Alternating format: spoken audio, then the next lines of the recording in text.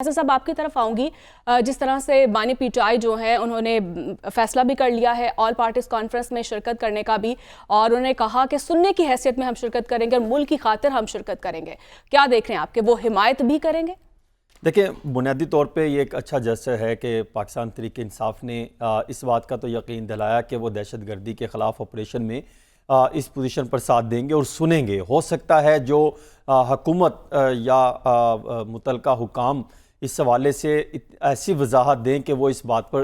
پر ان کے ساتھ کھڑے ہوتے دکھائی دیں یا تسلیم کر لیں, جو تحفظات ہیں وہ ختم ہو جائیں. یہی وہ معاملہ تھا جو پہلے دن سے چلا آ رہا تھا کہ اگر آپ آل پارٹیز کانفرنس یا اس طرح کے تمام سٹیک ہولڈر کو, تمام سیاسی جماعتوں کو ایک پلیٹ فارم پر لا کے بٹھاتے ہیں, ان سے ڈسکشن کرتے ہیں, ان کو اعتماد میں لایا جائے تو پھر یہ معاملات کو مثبت انداز میں آگے چلایا جا سکتا ہے. دیکھیں, اس معاملے پر دو باتیں چل رہی ہیں. ایک یہ ہے کہ آل پارٹیز کانفرنس طلب کرنا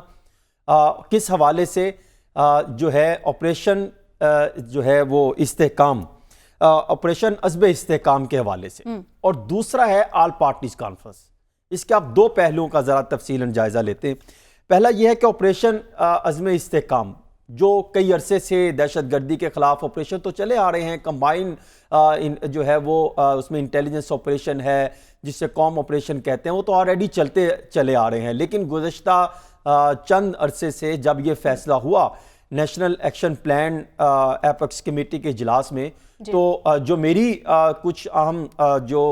حکومتی عہدیدار ہیں یا ذمہ داران ہیں ان سے بات چیت ہوئی, تو ان کا یہ دعویٰ ہے کہ آپریشن تو شاید شروع ہو چکا ہے اور اس حوالے سے کچھ اقدامات کیے جا رہے ہیں, لیکن امکان یہی ہے کہ بھرپور طریقے سے جو ایکشن نظر آئیں گے دہشت گردی کے خلاف وہ اگلے ہفتے میں جو ہے وہ شاید اگلے ہفتے جمعرات تک شروع ہو سکتا ہے, 10-11 تاریخ کو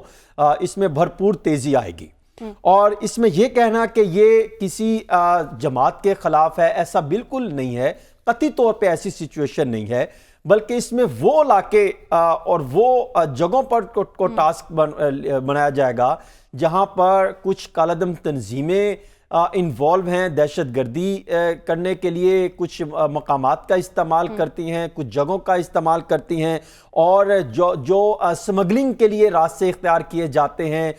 جو منشیات کی جو ہے وہ غیر قانونی طریقے سے اس کو جو ہے پہنچانے کے لیے, سمگل کرنے کے لیے استعمال کیے جاتے ہیں, ان معاملات میں جو چیزیں اقدامات ہیں ان کے خلاف کارروائی کی جائے گی. اس میں کون سے علاقے ہیں, یہ اگر میں علاقے بھی آپ کے سامنے رکھوں تو اگر دیکھا جائے تو اس میں علاقے خیبر جو پشاور کا کچھ علاقہ بنتا ہے, باجور ہے, پھر اس میں نارتھ وزیرستان ہے, ساؤتھ وزیرستان ہے, ڈیرہ اسماعیل خان کا کچھ علاقہ جات ہیں وہ بھی اس میں شامل آ جاتے ہیں. پھر اس کے ساتھ ساتھ اگر دیکھا جائے تو کچھ مقامات ایسے بنتے ہیں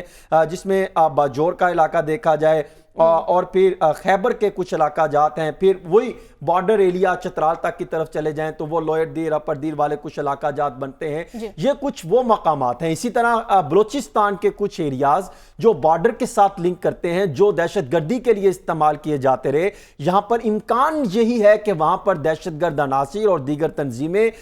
وہ جگہ کو استعمال کرتے ہوئے سمگلنگ کے لیے اور وہاں پر جو ہے یہ سارا اقدامات کرتی ہے. نمبر 1, اس میں اگر آپ تھوڑے سے لنک اور اشاریہ آپس میں ملائیے, آپ کو اندازہ ہوگا کہ جب ایران سے جو تیل سمگل ہوتا تھا تقریباً اگر دیکھیں تو جو ان کو 15 سے 20 روپے لیٹر میں پڑتا تھا پورا وہاں سے آنے کے بعد, پھر یہاں پر وہ ان کے جو تمام جو پیسے کہیں دے دلا کے جو اقدامات آتے تھے وہ لگ بھگ 200-210 روپے فی لیٹر جو ہے وہ ان کو جو تیل تھا اس سے بچتا تھا. یوں اگر دیکھا جائے تو روزانہ جو تقریباً ان کو 200 روپے فی لیٹر تیل بچتا تھا, وہ ایک محتاط اندازے کے مطابق 1 ارب 80 کروڑ روپے ان کو روزانہ کی آمدن ہوتی تھی جو سمگلنگ سے کماتے تھے, اور وہ ٹیکس کے دھارے میں نہیں آتے تھے, ٹیکس نہیں دیتے تھے. اس کو کم کر کے تقریباً آپ یہ کہا جا سکتا ہے کہ اب بہت کم کرنے کے بعد, جس میں منشیات تھی, ڈرگز تھی, اسلحہ تھی, گاڑیاں تھی جو سمگل ہوتی تھی, وہ کم کرنے کے بعد اب کافی حد تک بہتری آئی ہے. اب یہ کہا جا سکتا ہے کہ جو 1.16.6 یعنی 1 کروڑ 60 لاکھ جو تیل تھا روزانہ لیٹر سمگل کیا جاتا تھا, اب تقریباً کچھ 16 لاکھ 20 لاکھ کے قریب پہنچ گیا, کیونکہ یہ دھندا بند کر دیا. ریاست نے ان کے خلاف کام کیا اور جس میں جو عناصر ملوث تھے وہ لنک کر کے دہشت گردی عناصر سے ان کو سپورٹ کرنے کے لیے وہ آپس میں صاف ظاہر ہے اس طرح تو نہیں ہو سکتا کہ کوئی بندہ شریف یہ کام تو نہیں کر سکتا. جب ان کے خلاف آپریشن کرنا ہے تو ہمارے کس پر اثر پڑے گا؟ معاشی حالات بہتر ہوں گے، معیشت پر اثر پڑے گا۔ دوسرا پہلو بھی میں مختصراً آپ کے سامنے رکھوں۔ جی حسن صاحب میں آپ کی طرف آتی ہوں، ٹھیک ہے بالکل